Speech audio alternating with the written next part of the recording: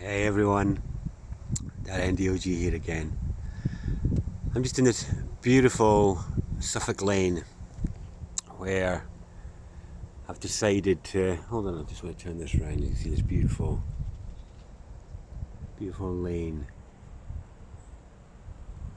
And then these fabulous trees that are here. I often ride by here in the summer on my way to a local cafe and I'll stop and sound here. Warding Sound, so it's already a warded space for me to sit in, and obviously a very beautiful one as well. And in this video I'm going to be sharing with you all the answer to a question that was asked around somebody said they wanted to hear me rant about God. And I thought I might oblige, but not with a rant, more with the agony of realising that I have had nothing on my channel on this subject for a decade or more, and I've had it unlisted, and then the other talks that had me discussing this subject have all been removed from YouTube for one reason or another. So really there isn't me talking about this subject out there at the moment, and actually it is the biggest, most significant and dearest subject to my heart. And I don't say that lightly. And really what I'm doing with a lot of my other work is I'm seeking to gain greater credibility for myself, so that when I do get onto the subject of the God question, then I have greater credibility for my position. And since this video is more than likely not going to remain on the public channel for very long, I'll likely move it on to my personal archives. I just thought, for you avid sound and word hungry subscribers that I've left parched for so long while I've been meandering on the subject of gender for others, I thought I'd come and give you this another treat in addition to the conversation that we just had. And yeah, give you my opinion on this. This is the greatest of subjects. And it is the greatest of subjects because there is no greater concept than God. There is no greater thing to refer to than God, the idea of it or the rejection of it. Either the acceptance of God or the rejection of the idea of God are still the biggest concepts that people have. And most people have a sense of identity around their relationship as to whether they are either a believer or a non-believer. So therefore God is still in the framework as being the biggest concept. It is not replaced by anything. So what do I mean by concept, you know, of God? Hold on a moment, I need a sip of tea. So we can look at the structure of the world, and the world is built in layers of things, and we can move things around on those layers. So what I mean is, I'm in a car at the moment, I can move this car around and that's perfectly acceptable. But you know, certain other layers of the world we don't expect to change. So for example, you do not expect the background behind me to suddenly morph and me and my car suddenly be on a beach. That would be pretty spectacular use of CGI. But the point being, we don't expect the world to shift at that sort of level. And then we have layers of the world that we can accept as shifting or not. So for example, you know, it's obviously fine for planets and stars to move. That's not a problem, you know. We can learn about concepts of the universe, yet that's all fine. But there is nothing that moves, and there is nothing that changes around the idea of the God concept, where we're talking about the idea of a creator of all that is, where all that is not a random collision of molecules just left to bump into each other for billions of years, but in fact there is some element of intelligent design and planning to the experience that we all find ourselves in. So there is no greater question. We can't conceive of anything bigger than that. There's nothing bigger. So universe, you know, the universe is our biggest conceptual material unit. We can't conceive of anything bigger than the universe. We have this idea of multiple universes stacked on top of each other, a multiverse. But still, the only thing that exists beyond that is the idea of God, or Allah, or Yahweh, or whatever. It doesn't matter what your name is, in whatever language you speak, we are still talking about the same conceptual space. So in a way, this is where we have the idea of God, or the other names like it, as being the cornerstone.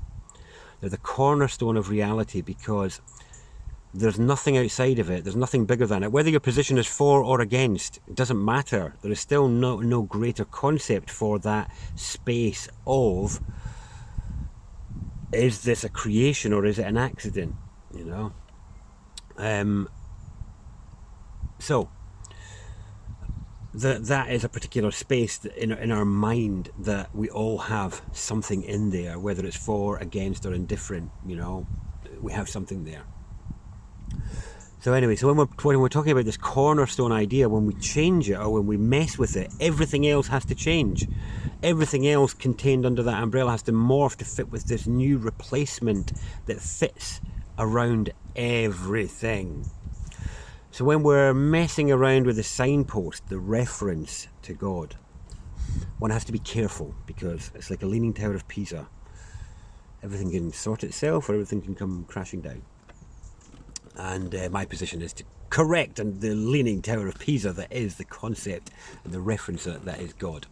So how do we do that? You know, because obviously the thing is, there is no search in human history that has had the resources devoted to it than the search for this thing that we call God. Personal and collective, philosophical, invested, and still it comes back to this idea of belief. I'll let this car pass.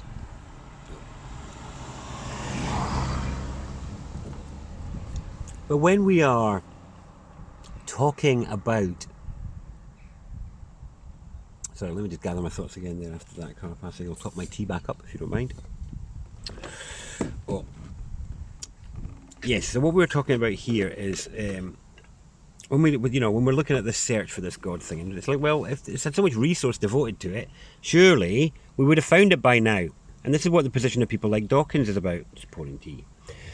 Dawkins is all about, oh, well, if there's a God thing, surely we would have found it. And, anyway, conceptually, it would be the most complex thing that ever existed.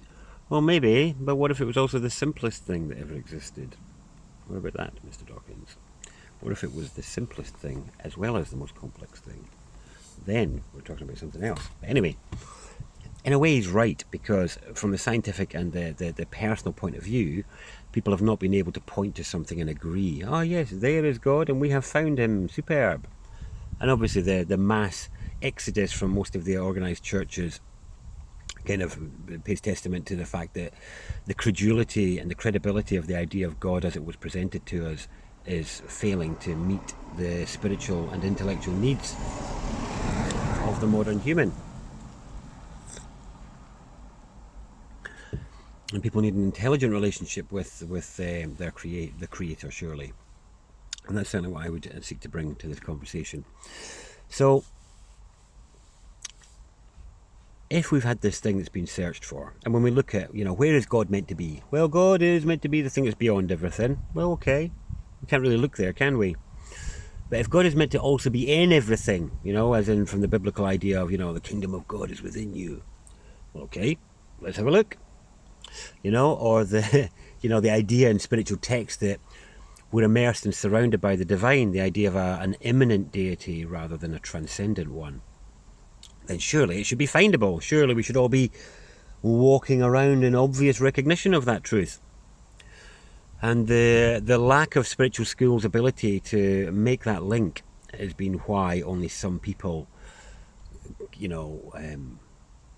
give credibility to spiritual conception or spiritual ideals.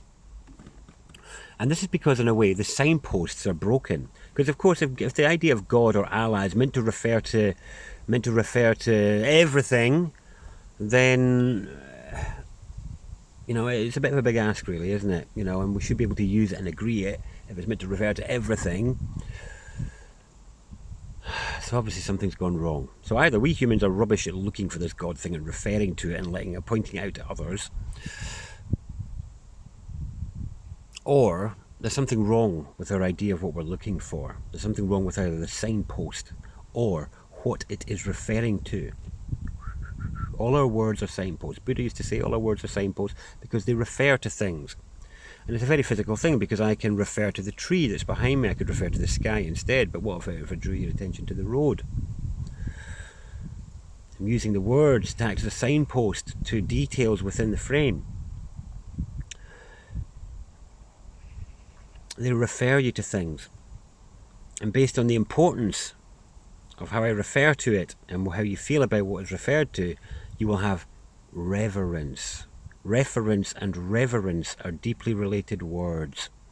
The F and the V sound is in its hard and soft form there. And there's a deep relationship between reverence, which is really importance, and reference, which is what's being referred to.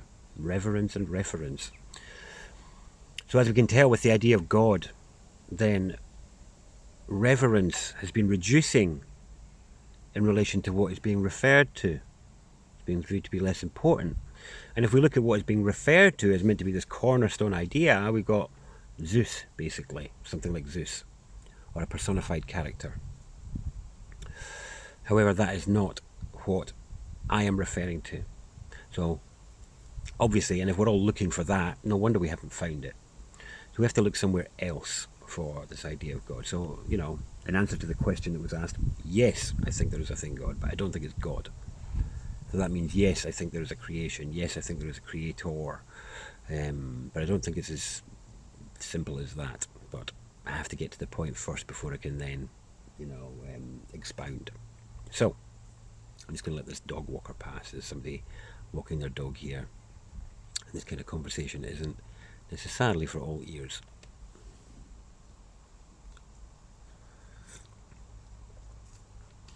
Afternoon. Hi there.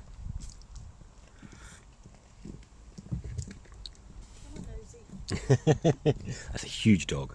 That's a huge dog. Beautiful dog there. Massive. It's like a horse. So, basically, in terms of the idea and reference for God, I kind of just want to scrub over all of that. Scrub all over all of it. And we're going to start the search for God again. We're going to research for God. And research means to search again. So we're going to research the idea of God from a whole new approach. And we're going to follow a different spiritual narrative that will hopefully lead us to the desired destination. So, I want to talk to you about the fact that, this is where I'm going to run into a big spiral on you all. I'm going to talk about the fact that we're animals, and that we belong to a certain group of animals, and our doorway to the divine is there. Our doorway to answering this question about God is there, in my opinion. And it lies in this. It lies in this little puzzle, and it is in the quest and in the search for the first word. The first word that humans ever had. Our answer lies there. The word from the beginning. The answer lies there. And there used to be funding for the first word, allegedly. It got cut in the Victorian era because it was decided that you wouldn't be able to recognise it if you saw it written down, and you wouldn't know how to say it. So, what's the point in spending money looking for it? That's one way of looking at it. That's a very linear way of looking at it. We're not going to look at it in a linear way. We're going to look at it in a different way. So, the first word is only... So it's also... It's the same concept as the idea of the Jewish or Masonic concept of the lost word. And the lost word is meant to be the highest and the original name for the divine. And it was meant to be lost. How do you lose a word? It's not like you're shopping, is it? Well, you lose a word by moving the reference gradually or quickly. And when you move the reference, you move the reverence. And then it doesn't matter whether people know what the word is or not. They have no sense of importance or reference of what it can refer to, and then what they can gain from that reference. So, the first word humans ever had. How on earth do you find it? Well, this is a, you know, the first word is a major linguistic philosophical question, because who decides what the first word is? And then what would it be? Would it be breakfast? Would it be food? Would it be sex? What would be the first word? And who could communicate it to anyone else to then make it different from any other random sound? How did a word, which is something that refers to something, emerge from a sea of random sounds, which are sounds that don't refer to anything? And then how could you imbue the importance into one word? Blah, blah, blah. And, you know, it's a major philosophical pitfall that is resolved by understanding that language is innate and the ability to refer is innate. And in light of the truth of it being innate, then it doesn't have to arise from a sea of random sounds.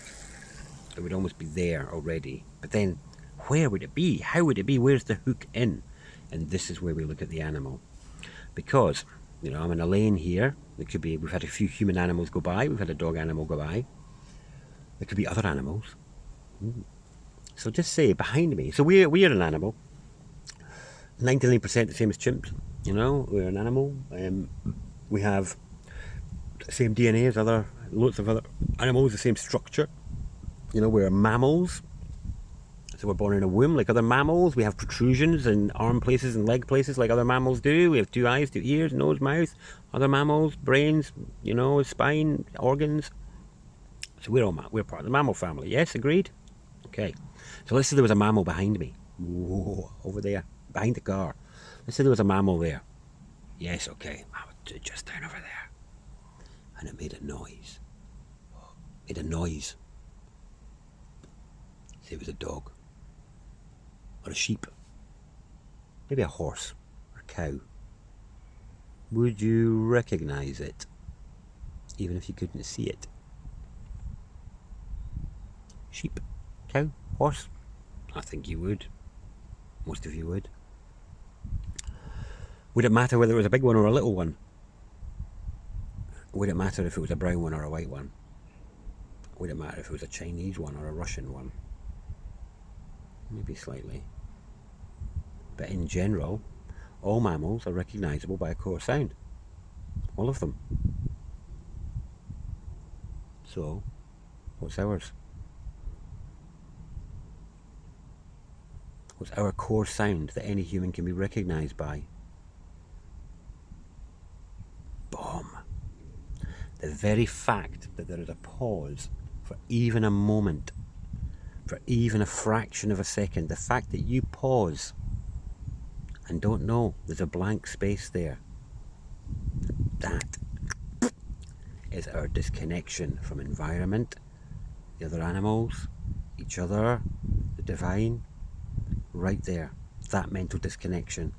We are sheep that have forgotten ba, horses that have forgotten neigh, as we have accepted what the Toltecs would call the foreign installation of the mental structure that when I'm talking about character stuff and correcting characters, it's all about undoing the impact of what the Toltecs would call the parasite in the mind, the rapacious parasite that has infested our minds and disconnected us from our indigenous native truth, our nativity, our origins, amongst the other animals. Yes, we're reasoned. Yes, we're more than animal, but we are also animal. We're animal and. We are yes and, not no but. And our disconnection from the animal is just the heart of so many of our problems. And the first word heals that.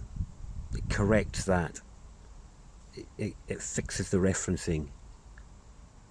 It brings peace, solace to the animal, the frantic, desperate animal, the sheep that has forgotten ba. So, let's look at a sheep going ba. So, you know, what does I'm going over there sound like? Bah! You know, what does nice weather today sound like? Bah! What does big bad wolf sound like? Bah! So what we have is something that all the mammals exhibit, and that is they can extrapolate a core sound to refer to anything and everything by moderating inflection, timing and tone. These animals can communicate with each other perfectly without translation, without interpretation, and they all get it.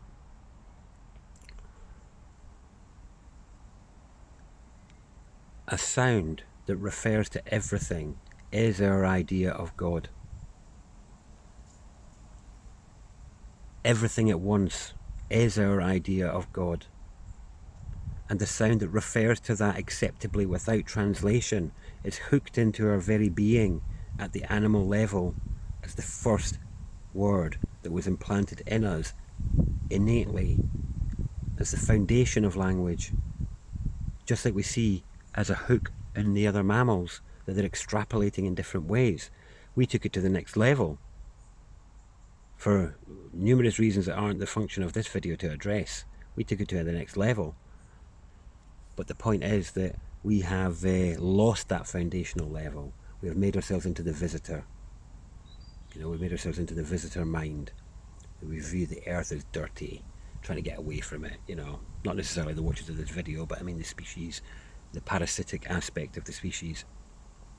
And really the thing about a parasite is, if we remember, a parasite tricks a host into thinking that it is the host, just like mistletoe does. So I'm not claiming people know that there is this parasitic infestation, but certainly it's something the Toltecs taught, and it is something that I have discovered organically regardless of their information. Originally it was something that I was scoffing of when I was in my teens and first came across the idea of the parasite and of the visitor. But in my experience I have come across it both in myself and in others, and it is the explanation for why we have such a rapacious insanity that no indigenous tribe demonstrates, and no native creature demonstrates, and it's because there is a bit of an infestation there. And the work that I teach is about healing that. Some of the stuff you may have seen on Return to Indigenous Mind, or the stuff on the basic shapes, this is about getting back to the shapes and the structures that are in nature and gradually pouring the disconnected mind into integration. And that's why it can sometimes seem a bit irrational, because it's tying together experience, like when I talk about in those previous videos, talking about the two eyes and the two nose, for example. You know, it's tying together weird sensitive experience with odd conceptual relations. And in a way that's kind of what's required to get back to our indigenous selves, because we are not entirely rational beings. We're partly rational, partly irrational, and there's nothing wrong with that. It's how we're built. This idea, this pretense at perpetual rationality, is a madness in itself. But anyway, I'm meandering from the point of the word. So the word is the greatest and biggest subject there is. It's the one that I am the most passionate about, and the one that I would like to get on to dealing with way more. But you know, when I've tried it in the past, people just didn't seem to get the significance or the importance of it. But you imagine at the minute in humanity, the biggest problem humans face isn't politics. It's not animal husbandry. It's not the weather changing. The biggest problem is our division, and the fact that we cannot understand each other without translation. The Babel moment, as it were, you know. We can't understand each other. We agree on nothing as a species. There is not one thing we agree on as a species, not even what our species is. Even our name for what our species is needs translation. Even our names for what God is need translation. I mean, that is the problem. We are utterly dependent on translators for our connection, our communication, that is. And what the first word does is it gives something to agree on. It gives a foundation of agreement, of our true shared humanity demonstrated by our agreement over what our core sound is. So it's a pretty big subject, it's a pretty big ask. And that's why I have to give so much preamble to it, because I can't dictate the first. I'm not here to dictate it, but I'm here to make a suggestion. And often when I suggest it, people are like, well, what if it could be this and what if it could be that? And it's like, look, I didn't come to the first word like just thinking about what might just be a good word. It didn't come to me like that. Okay, it was you know, a monumental initiatory experience that destroyed my world and my life and my mind and myself at the time, and took me years to rebuild and recover from. It was not a whimsical decision to say, hey, by the way, you know, I think the gap, one of the solutions to one of the biggest world problems might just be this little thing called the first word. And you know what? Hey, I thought about it a bit, and you know, I just kind of guessed it might be this. That is not how this came about, and that is not why I am making this video. Okay, I am making a suggestion, but it's a very with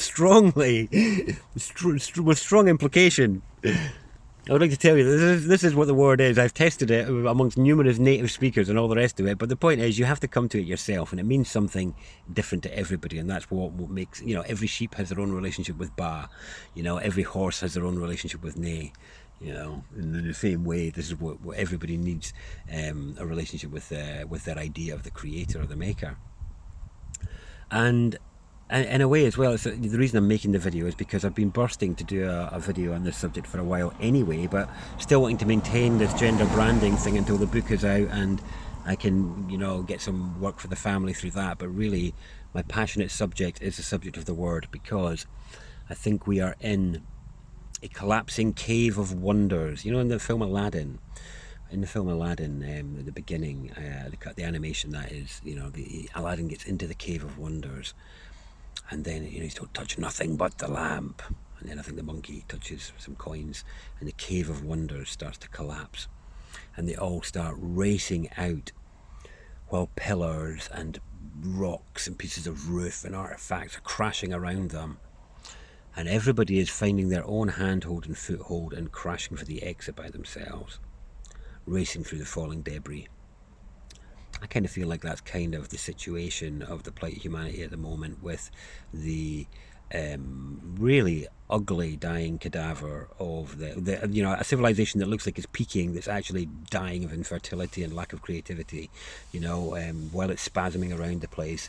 It's like a collapsing cave of wonders. It really is full of wonders, but we need reliable handholds in our psyche, in our soul, in our mind, that we can rely on to get us through, to feel like that we've got direction and purpose, and that there's hope and somewhere to go through this madness. There's something that there's something that to aim for, and there's something that's worth heading for, that there's real new fruits and new riches in, rich experience, rich wonder. And that is exactly what I believe is contained within my offerings, is reliable handholds that you can grip onto while this cave of wonders collapses around us, in whatever form that takes around you. The point is, everything from the character work, the sound work, and this work on the first word is something that you can grab onto and have hope with. But of course, I'm kind of inviting you to gamble with me. I don't feel like I'm gambling, because I've tested this, and I suppose this is where faith comes in, or belief comes in. But to me, I've got hours, if not weeks, of reasoned and anecdotal, reasoned reasons for my position, but obviously there's no time for that in this sort of video. But anyway, I'm rambling away to keep you away from the word at the moment, haven't I? You can be forgiven for being impatient. Yeah, so onto the subject of the first word. So I see it to be this being one of the most important things to be able to grab onto, as a cave of wonders morphs around us. But this is a big thing to move. This is trying to shift the cornerstone in your psyche, at the same time as offering you the first word. So in a way, I'm trying to insert something in both the bottom of your psyche and the top at exactly the same time. Try to appreciate my maneuver.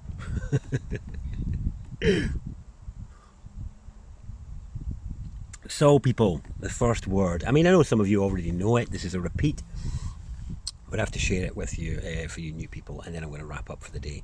So I'm suggesting very strongly to you that for us humans, the first word, fractally in us, our little piece of the universe, our little bit that refers to and plugs into all of that, that is our animal origin sound, and also our origin sound as infants, as we are born with the innate ability to utter the word. The word for us humans is the word gu. Gu. Gu. Gu. Gu. Which would translate into our language now as the word goo.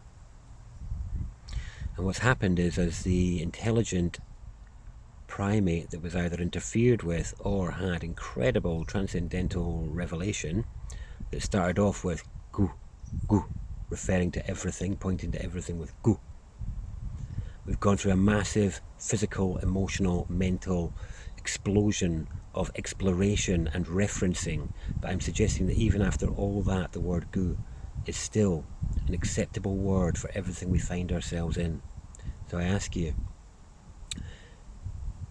if you could picture the living form of all those Hubble Space Telescope shots that you've seen of space, and how things move in it, and you could imagine it moving as it does, would gu be an acceptable word for that?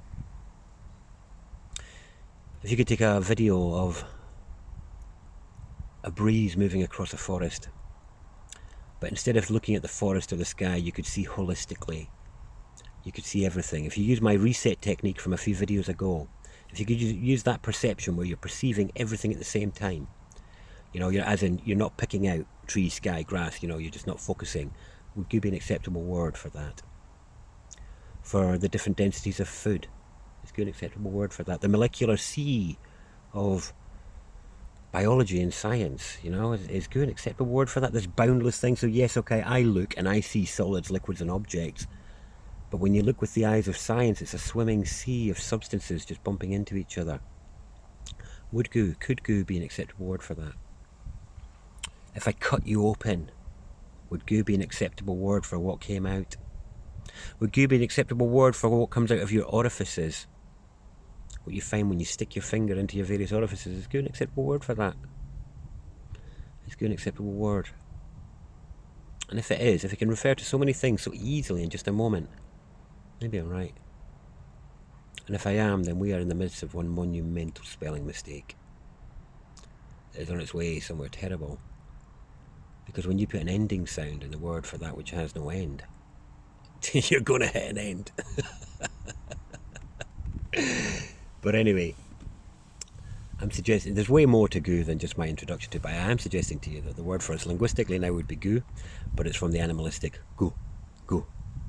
And now maybe you can see why I did my earlier video on oo and because these are, you know, where goo and God sit linguistically, oo and you sit at the alphabet level, and to heal the God wound, to get back to goo consciousness, the seamless consciousness of connection with our living, benevolent, intelligent creator that has not abandoned us, but that surrounds us and that experiences everything with us in every moment. You know, these are two serious keys to help heal that connection and knit yourself back into the living goo that you are made of and that you find yourself in. And that I invite you to take everything that you know about this God thing, the idea of benevolence, intelligence, attention, and see if you can apply it to the molecular sea of biology or the energetic sea of physics. See if you can apply it to yourself and find your place within it. Because I'm suggesting that we live in a living goo, and that our word, the word from the beginning, is the word goo. And that by correcting that signpost and using it with appropriate reference can deliver all the fruits that the idea of connecting with God was meant to deliver. Because you've finally got a signpost that points to the right place. The immanence of your own body and the environment around you is a living, benevolent goo that is interested in you, that has been paying attention to you for your whole life, even in your worst moments, you know, who is right there with you, nudging you along, waiting for your attention. I could talk about goo a lot. Praise be to goo in the highest, that's for sure. However, I'm just going to leave it with you for now, because I know how big it is. I know how long it takes to shift the signpost of the cornerstone. And there's way more to it than just a reference word. It's a password. Those of you that have done shape work with me, look at the difference in the shapes when we're looking at the idea of God, devil, good, evil, or goo. Look at the shapes that are in there. Look at the characters. Think about what it might mean. Huge, huge implications there. Huge implications of knitting together the animal sound with the incredible spiritual consciousness you've otherwise cultivated. Because the point is to knit them together to become something stupendous. Goo consciousness. I feel like I want to keep talking, but then I feel like I'm just going to be like fumbling stuff in now. For today, I've made my point. I'm reaching my threshold. Oh, bin man with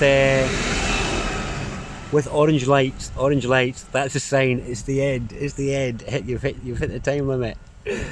Thank you all very much for your attention. Those of you that have managed to stick it this long. There is no subject I'm more passionate about than the subject of the first word and of goo. My shame of it being such a simple solution, such a simple thing. My shame, my embarrassment, my kind of sense of the implications have held me back from being as passionate about this subject as I would like to be. But the time is coming when I have, you know, I'm getting grey. I mean, if I don't start making a much bigger song and dance about goo now, then when? But this is partly the thing, you know, next year I will be doing a lot on the first word and what it means to us to be able to reconnect that, and other exercises to reconnect with and understand what it is to be a goo as in this is, in terms of a sheep recognizing that they are a ba, and a horse going, hey, I'm a neigh. It's like, what does it mean to be a goo? It's much easier than being a god, that's for sure. Bumbling and farting and getting it wrong is absolutely fine and good, but it's not really when you're trying to be a god. Oh. Anyway, rambling. I share what I have shared with the utmost love and with the hope that it can reach some part of your psyche and start to nudge that signpost in you, because I believe it is a reliable handhold for getting through the collapsing cave of wonders. And I invite you to let this salve, if it can, heal any god wounds you may have, and allow you to fling yourself into the incredible, amazing, intelligent, benevolent, but potent goo substance that we find ourselves in. Thanks for your attention.